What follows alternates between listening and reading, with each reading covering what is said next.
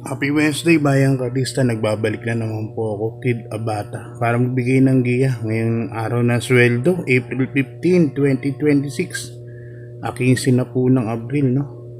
At meron po tayong 7 races na nakaraan. So, Sabado at Linggo, ang karera sa sa tawag dito. Sabado at Linggo, Jackie's Day Festival, At yun nga, kung magkakaroon po ng libreng bus, siguro punta po kayo, supportahan po natin ng mga hinete. At sigurado po, masisiyahan po kayo sa lineup para sa araw ng linggo. At yun, babatiin ko muna po yung mga subscriber ko dun sa PGC, no? Sila Boss Dennis Watt Cambao, si Ariel Regidor, yung dati kong classmate sa Torres High School, si Alan Regidor, yan yung utol niya. Tapos si Boss Alvin Balingit, yan, bagong bossing ko dun sa PGC ko. Yan, tapos sila Boss Boss Brian Manuel, yan. Sila Boss Eric, sila Boss Popoy Montemayor, yan. Kamusta kayo? Sana magtuloy-tuloy po ang inyong pagtama. So congrats po nga pala dun sa mga ibang tumama, no? Last Sabado dun sa PGC ko, ang rota ko lang po 480. Nagsatama po sila, ang binigay po 35,000, kaya natutuwa po sila na nagaya po yung rota na ginawa po natin at marami pong nanalo. Noong linggo medyo halat, uno Magnifico wala po talaga ako. Makikita nyo naman po naman sa tip. Sayang. Anyway, bawi na lang. Pero sa pick 5 naman po tumama. Okay, start na po tayo. Race number 1. 3-year-old and above maiden race. Mga placers po ito. Dito may 8 runners po tayo, Bayang Karerista. Start time natin alas 5:30 ng hapon. First choice ko, number 1. Fullness of Time sa akin ni Danny Boy Camanyero. Ito yung street sa Katie nakaraan, kila Crulisa. Patandaan nyo ba yun? At ang balita ko, hindi binigyan na importansya to. Pero pag binigyan na importansya to, lamang po yan ni Bayang Karerista. Fullness of Time. Kaya race number 1, dagdag na lang po tayo. Actually, 126 po ako dyan pag gumawa po para sure na 1 point po sa winner take all. Second choice ko para for tips purposes lang po, yung Calling Dexter number 6 at 6A Got Talent. Yan, pares po may panalo yan. Isang di bandera. Calling Dexter naman pwedeng sunod, kaya tingin ko 1-2 punch po kagad sa unahan tong dalawang to. Kaya 1-6 po para sa aking unang giya sa race number 1. Good luck mga Kerselipot sa race number 2, isang rating base class 5, 17 to 41 points split group. At dito meron po tayong 7 runners, Bayang Karerista. First choice ko sa kanyang Eco Serrano, number 4, Live Like an Angel. Yan, nakaraan na naiiwan lang po ito ng tinalo ng celebrity. Tapos sumangos po siya, kumandera din, pero kinapos na rin kasi nga naiwan. Ngayon tingin ko kahit maiwan po ng konti kapraso, tingin ko sakto lang po sa kanyang distansya. Success of time sigurado po bandera dito at Everlong. Tercero peso siguro tong numero 4. Second choice ko yung nagbakasyon na si Super Easy. Ito super baba, pero hindi ko alam kung magbabatak pa to. Numero 6 Super Easy. Kaya 4-6 po ako para sa race number 2. Good luck Bayang kasi lipat tayo sa race number 3, 3-year-old and above maiden race. Mga placers po yan. Yan, ang first choice ko rito, number 6, Materialista sa ni Pati Dilemma. Apan ko po yung novato nito. Tingin ko medyo matured na po itong kabahay na to. Sumasandal lang pagdating ng mga last 150 meters.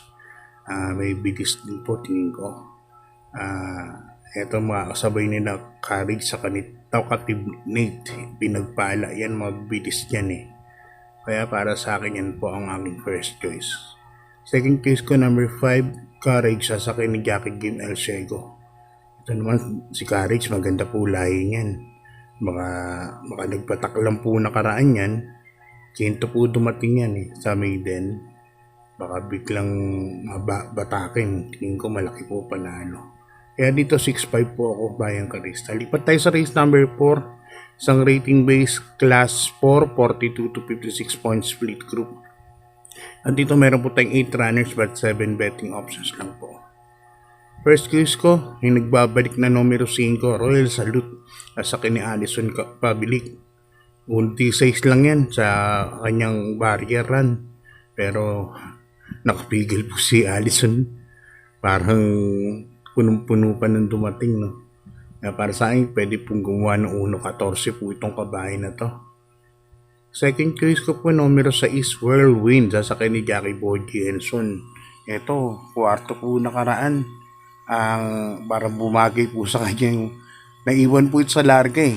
Tapos nag-opta po si Boji. Dumating po ng kwarto, ang lakas po ng laban nun. Kaya yan, sige, second choice ko, 5 and 6, Royal Salute and Whirlwind. Good luck mga Karista, lipat tayo sa race number 5. Isang rating base, class 5, 17 to 41 points split group.